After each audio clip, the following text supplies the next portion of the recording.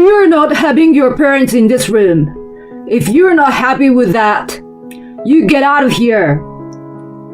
What? Why? Why are you rejecting my parents like that? Shut up. I just don't like them. Mom said so too.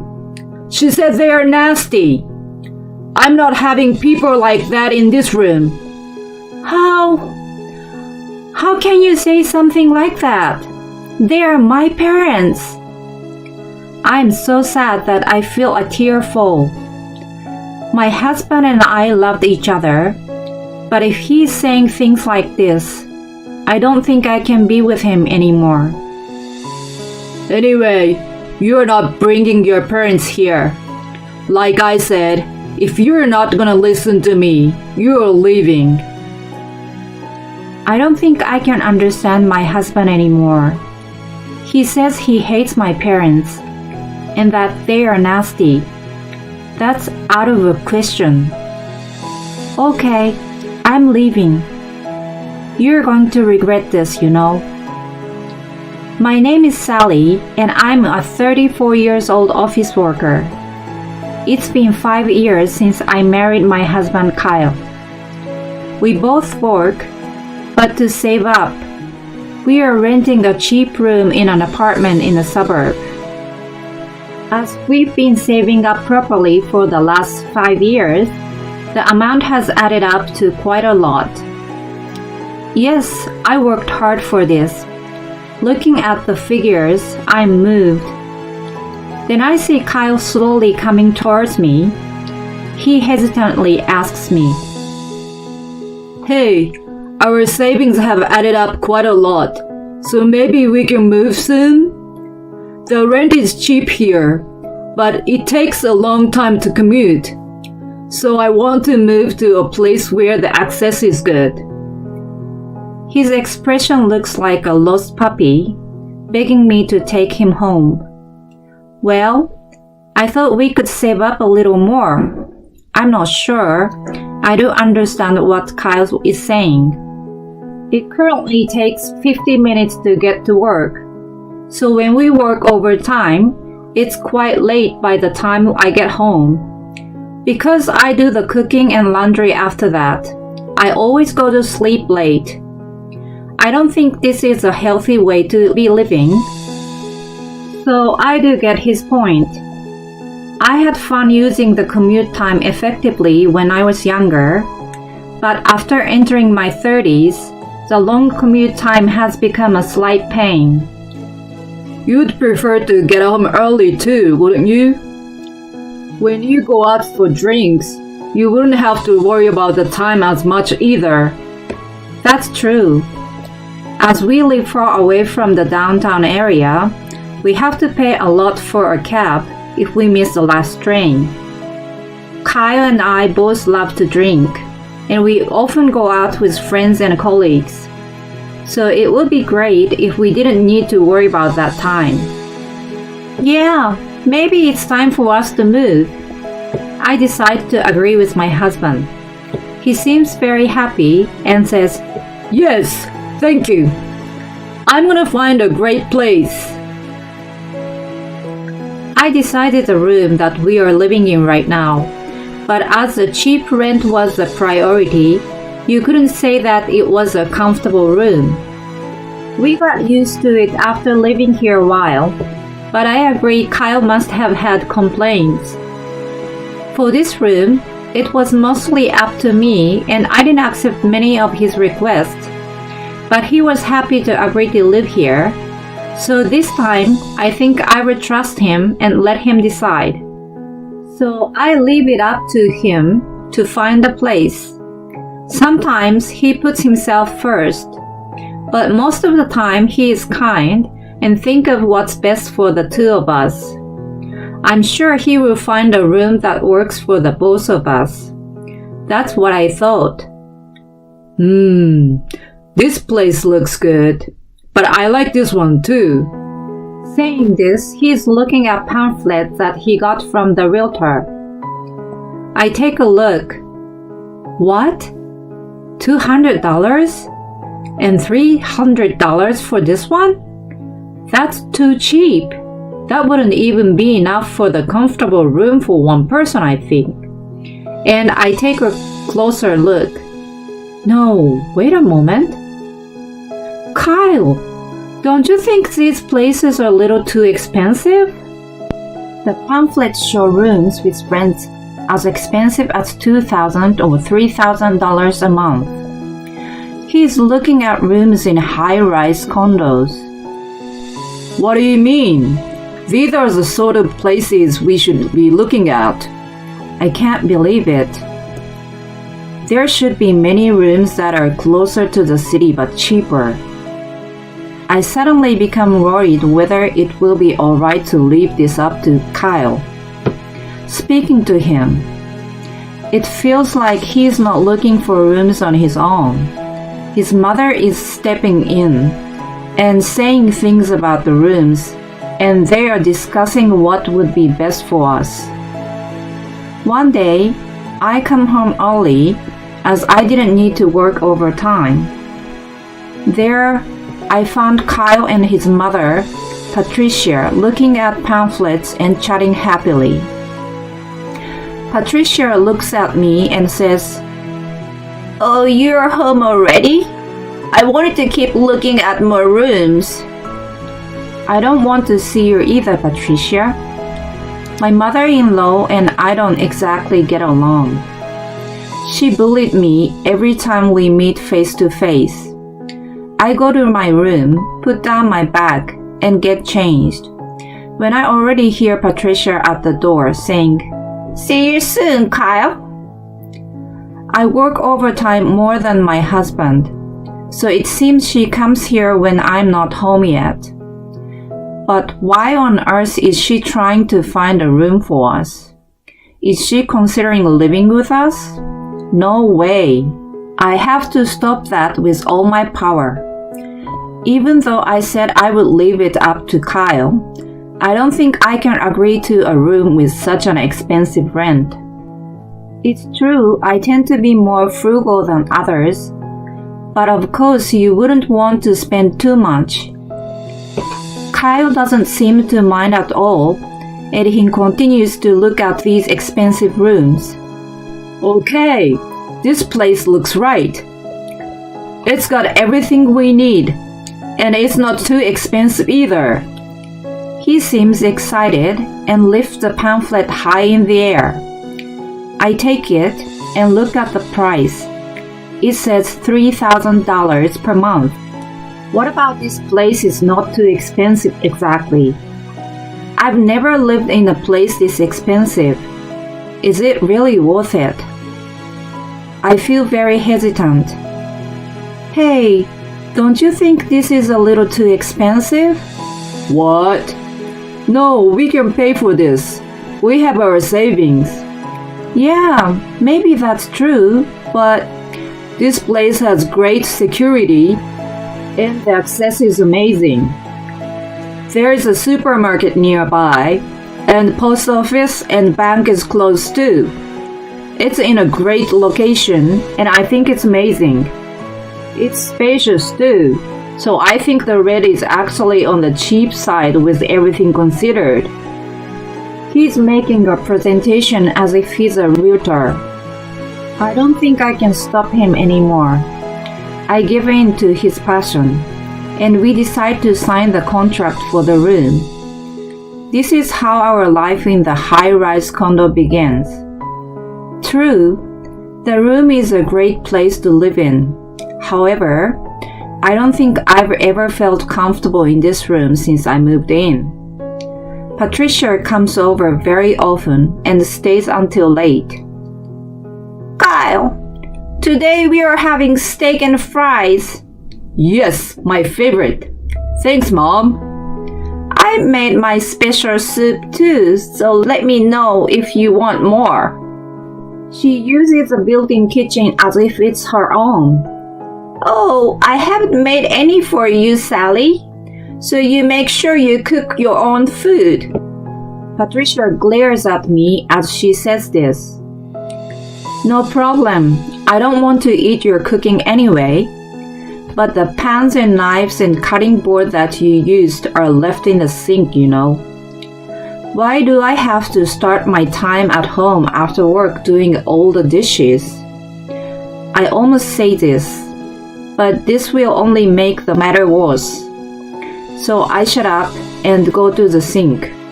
This is so irritating. It seems another reason why she comes to our room often is because she wants to boast about the high-rise condo to her neighbors. For a while, Kyle continues to invite his mother over. As for my parents, they haven't come to this room even once. Whenever I try to talk about my parents, Kyle always changes the subject. Kyle's dad actually came over once, but he says, I don't think I can really relax here, and never came again. Why won't Patricia be like him too? I'm honestly not happy at Kyle's attitude, but I did say I would leave it up to him to find a room, and I also did agree to living here, so I feel like I cannot say too much to him. To be honest, I thought he would consider time and life with me as a priority, but ever since we moved into this room, I kind of feel like his attitude toward me has changed. He used to be so kind to me, and I'm sure he would have said something to Patricia if she was mean to me. But now, he never stops her, and even when she says terrible things to me, he ignores it, as if it's none of his business. That's why Patricia often gets carried away, and her bullying is becoming worse. You're home already? Are you really even working? You're not lying to us and fooling around, are you? Of course not. I have a proper job, you know. Since we've moved here, the office has become closer, so of course I would be home earlier than before. That's not my problem. Kyle and I are in the middle of dinner. I can't stand the sight of you, so go to your room or get out of here. How can you say that? I live here too, you know. You don't even live here. Why do I have to listen to you? I'm so angry that I snap back at her. Kyle is in a rage and says, How can you say that to my mom? You just do as she says. The two of them are both shouting at me. I'm so tired from work, and I don't want to go through this right now, so I decided to go outside and eat on my own. Late at night, when I think Patricia has left, I return home. This is pointless. I'm still home late. Just like when I was doing overtime and going home late to my old apartment. I feel this is too much and ask Kyle to come to the living room so that we can talk. He looks annoyed.